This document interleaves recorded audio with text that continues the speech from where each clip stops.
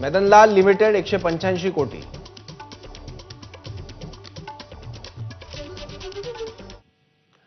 यानंतर आता आपण बघूयात सकाळी 7च्या 70 बातम्यांचा वेगवान आढावा.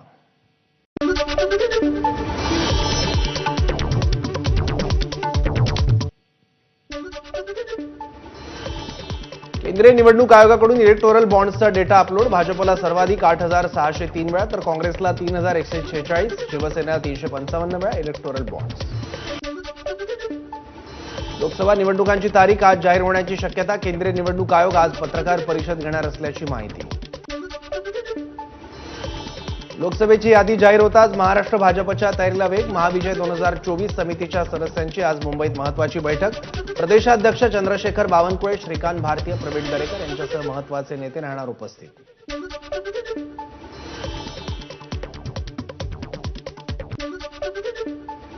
आमदार रवी राणा उपमुख्यमंत्री देवेंद्र फडणवीसांच्या भेटीसाठी नागपूरला रवाना. आगामी लोकसभा निवडणुकीच्या पार्श्वभूमीवर आमदार रवी राणा आणि फडणवीस यांच्यात चर्चा होणार. अर्थ खातं माझ्याकडे असल्यानं निधी आणता येतो. मी सत्तेसाठी नाही तर लोकांची कामं करण्यासाठी भाजपसोबत गेलो. अजित पवारांचं वक्तव्य. लोकसभेत जाऊन नुसतं मोदी आणि शहांवर टीका करून चालत नाही. कामासाठी निधी पण लागतो. नाव न घेता अजित पवारांची सुप्रिया सुळेंवर टीका. कुणी कुणाची पर्स सांभाळायला जाणार नाही. अजित पवारांच्या सुप्रिया सुळेंवर निशाणा. मी सगळं बरोबर करतो. तुम्ही फक्त घड्याळाला मत द्या. अजित पवारांचं आवाहन. पुरंदरच्या सासवडमध्ये आज अजित पवारांची जाहीर सभा. अजित पवार विजय शिवतारेंना प्रत्युत्तर देतात का याकडे लक्ष. नागरिकत्व सुधारणा कायद्याबाबत उद्धव ठाकरेंनी आपली भूमिका स्पष्ट करावी. बावनकुळेंचं आव्हान. सावरकरांचा वारंवार अवमान का करता असा प्रश्न राहुल गांधींना विचारण्याची हिंमत ठाकरेंमध्ये आहे का. बावनकुळेंचा सवाल. उद्धव ठाकरेंना शेतीतलं काही समजत नाही. शेतीचा आणि त्यांचा काही संबंध नाही. त्यामुळे पंतप्रधानांना शेतीविषयी प्रश्न विचारण्याचा अधिकार त्यांना नाही. प्रवीण दरेकरांची टीका. उद्धव ठाकरेंचा आज दक्षिण मुंबई लोकसभा दौरा. कप परेड आणि गिरगावात उद्धव ठाकरे शिवसैनिकांशी संवाद साधणार. सांगलीच्या मिरजमध्ये उद्धव ठाकरेंची 21 मार्चला संवाद सभा. डबल महाराष्ट्र केसरी चंद्रहार पाटील यांच्या प्रचारार्थ उद्धव ठाकरेंची मिरजेमध्ये सभा. माझी भावना मुख्यमंत्र्यांना कळवली. 2 दिवस मी शांत राहणार. मुख्यमंत्र्यांच्या भेटीनंतर विजय शिवतारेंची प्रतिक्रिया. 2 दिवसांनी होणाऱ्या बैठकीनंतर शिवतारे भूमिका जाहीर करणार. निलेश लंकेंना काय करायचं तो त्यांचा निर्णय. कुणी मोदींच्या विचारांविरोधात उभं राहणार असेल तर त्याची चिंता आम्ही करत नाही. राजकारणात भूमिका नसलेल्या लोकांबाबत बोलणं उचित वाटत नाही. राधाकृष्ण विखे पाटलांचं वक्तव्य. वसंत मोरेंनी पुन्हा घेतली शरद पवारांची भेट. शरद पवारांच्या राष्ट्रवादीत प्रवेश करण्याची शक्यता. पुण्याचं मैदान मारण्यासाठी पवारांच्या भेटीला आलो. वसंत मोरेंचं वक्तव्य. नागपूर लोकसभा मतदारसंघातून सलग तिसऱ्यांदा उमेदवारी जाहीर झाल्याबद्दल उपमुख्यमंत्री देवेंद्र फडणवीसांनी घेतली गडकरींची भेट. केलं नितीन गडकरींचं अभिनंदन. मुंबईतील 3 जागांबाबत महायुतीमध्ये पेच कायम. दक्षिण मुंबई, उत्तर पश्चिम आणि उत्तर मध्य लोकसभेच्या जागांवर तिढा कायम. दक्षिण मुंबई लोकसभेवर भाजपसह शिवसेनेचा दावा. उत्तर मुंबईतून भाजपने लोकसभेच्या रिंगणात उतरवलेले मंत्री पियुष गोयल यांनी सिद्धिविनायक मंदिरात जाऊन घेतलं दर्शन. उमेदवारी जाहीर झाल्यावर गोयल मुंबईत. त्यानंतर उपनगरीय लोकलनं गोयल यांनी केला प्रवास. भाजप उमेदवारांच्या महाराष्ट्रातील पहिल्या यादीत कपिल पाटलांना पुन्हा उमेदवारी. विकासाच्या जोरावर 100% हॅट्रिक मारणार कपिल पाटलांना विश्वास. निवडणुकीचं बिगुल वाजता शिवसेनेची यादी जाहीर होईल. यावेळी मी शिवसेनेचाच खासदार असेल. मावळचे खासदार श्रीरंग बारणेंना विश्वास. बारणेंच्या वक्तव्यामुळे भाजप प्रवेशाच्या चर्चांना पूर्णविराम. पुण्यात अभय जगतापांनी कार्यकर्त्यांसह घेतली जयंत पाटलांची भेट. शरदचंद्र पवार गटाकडून लोकसभा लढण्यासाठी इच्छुक अभय जगतापांचं वक्तव्य. अमोल कीर्तीकर निवडणूक लढवण्यावर ठाम. अमोल यांची समजूत काढण्याचे गजानन कीर्तीकरांचे प्रयत्न अयशस्वी. अमोल कीर्तीकर निवडणूक लढवणार असल्यानं गजानन कीर्तीकर निवडणूक लढवणार नाही. रत्नागिरी सिंधुदुर्ग लोकसभेच्या जागेवर भाजपचाच उमेदवार असावा. भाजपचे माजी आमदार प्रमोद जठार यांची प्रतिक्रिया. रत्नागिरी सिंधुदुर्ग लोकसभा मतदारसंघाचा तिढा सुटला. महायुती इथे लढणार आणि महायुतीचाच उमेदवार निवडून येणार. देवेंद्र फडणवीसांचं वक्तव्य. लोकसभा निवडणुकीसाठी मुंबईतून एका अभिनेत्रीला तिकीट देण्याचा प्रयत्न. ठाकरे गटावर नितेश राणेंची टीका. शिवसैनिक नाराज असल्याचाही राणेंचा दावा. नाशिक लोकसभेच्या जागेबाबत अद्याप निर्णय झाला नाही, गिरीश महाजनांचं वक्तव्य. त्यामुळे नाशिकची जागा भाजपकडे जाणार की शिवसेनेकडे यासंबंधीच्या चर्चांना उधाण.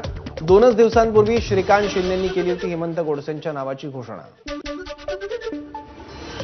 मंत्री राधाकृष्ण विखे पाटलांच्या हस्ते संगमनेर शहरात विविध विकास कामांचं भूमिपूजन. सुजय विखेंबद्दल पक्षानं दाखवलेल्या विश्वासाचं समाधान वाटतं, विखे पाटलांची प्रतिक्रिया. राजकारण पद मिळवण्यासाठी नाही तर ते केवळ एक साधन आहे. आमदार खासदार असताना विकास कामं केली, इथून पुढेही पंतप्रधानांच्या विचारांनी काम करत राहणार. जळगाव लोकसभेतील भाजप खासदार उन्मेष पाटील यांची प्रतिक्रिया. रावेर लोकसभा मतदारसंघात भाजपकडून रक्षा खडसेंना उमेदवारी. शिंदेगड समर्थक आमदार चंद्रकांत पाटलांकडून एकनाथ खडसेंनी घेतलेल्या भूमिकेवर नाराजी व्यक्त. भाजपच्या महाराष्ट्रातील पहिल्या यादीत उमेदवारी मिळणं हे सन्मानजनक. धनंजय मुंडे आणि आमच्या पक्षात युती, त्यांच्या येण्यानं मला निवडून येण्यास मदत होईल, पंकजा मुंडेंचं वक्तव्य. प्रीतम मुंडे आणि माझ्यात चांगलं कॉम्बिनेशन. प्रीतम यांना माझ्यासारखी वाट पाहावी लागणार नाही, त्यांना विस्थापित होऊ देणार नाही, पंकजा मुंडेंचं आश्वासन. महायुतीच्या जागा वाटपाच्या दुसऱ्या यादीत छत्रपती उदयनराजे भोसलेंचं नाव नसल्यानं कार्यकर्ते आक्रमक. भाजपचे जिल्हाध्यक्ष सुनील काटकर यांना उदयनराजे समर्थकांचा घेराव. आज उदयनराजे समर्थक शिवतीर्थावर जाऊन देणार सामूहिक राजीनामे. सांगली लोकसभेसाठी भाजपकडून घोषित झालेल्या संजय काका पाटलांच्या उमेदवारीला जतचे माजी आमदार विलासराव जगताप यांचा विरोध. सरकारनं जनमताचा कौल न घेता हा निर्णय घेतल्याचा जगताप यांचा आरोप.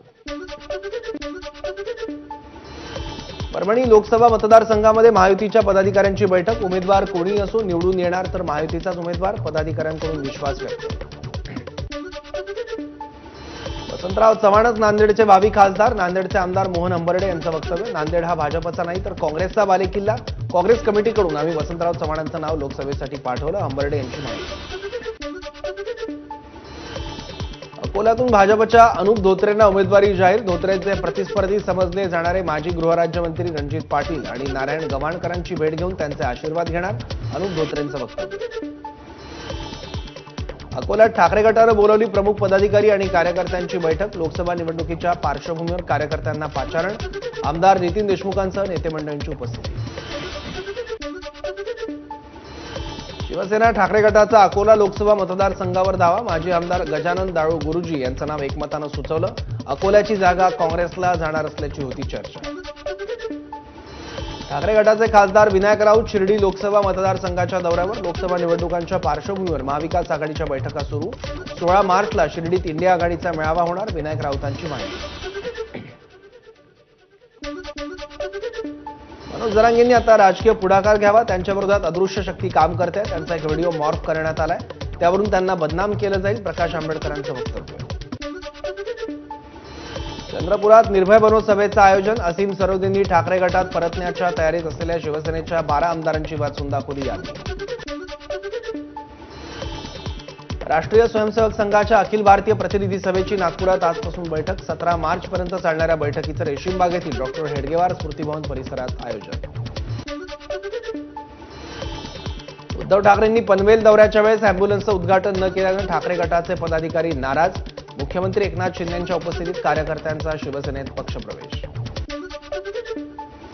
विधान परिषदेचे विरोधी पक्षनेते अंबादास दानवेंकडून मुख्यमंत्र्यांना 3 पत्र. 1024 मंडळांमध्ये दुष्काळ जाहीर करावा आणि बाळासाहेब ठाकरे महामार्गाचं काम लवकरात लवकर पूर्ण करून जनतेसाठी मार्ग खुला करण्याची मागणी.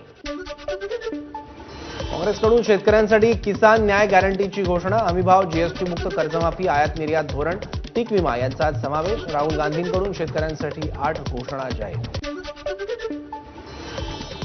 काँग्रेस नेते राहुल गांधी त्र्यंबकेश्वराच्या दर्शनाला. त्र्यंबकेश्वराच्या मंदिरात राहुल गांधींकडून पूजा.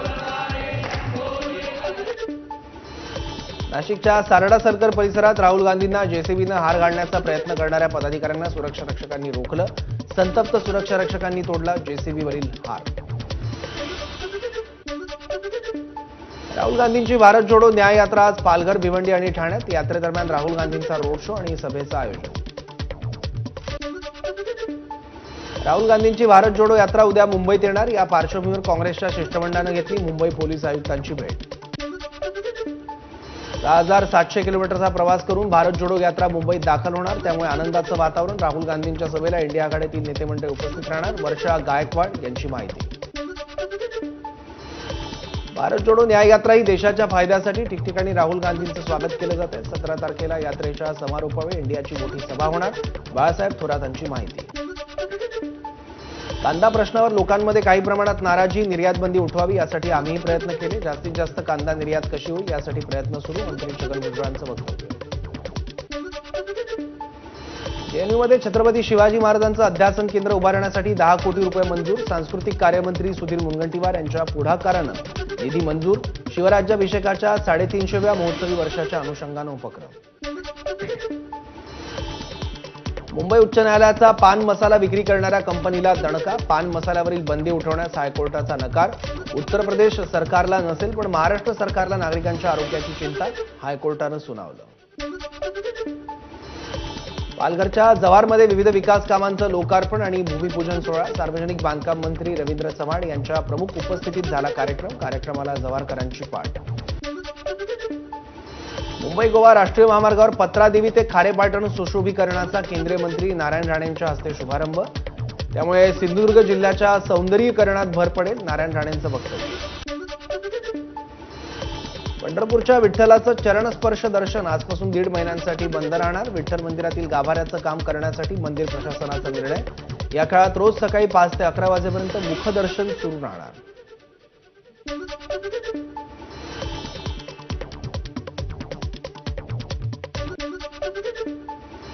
या बातम्यांचा एक छोटासा ब्रेक घेऊयात. पाहत राहा एबीपी माझा. महाराष्ट्रात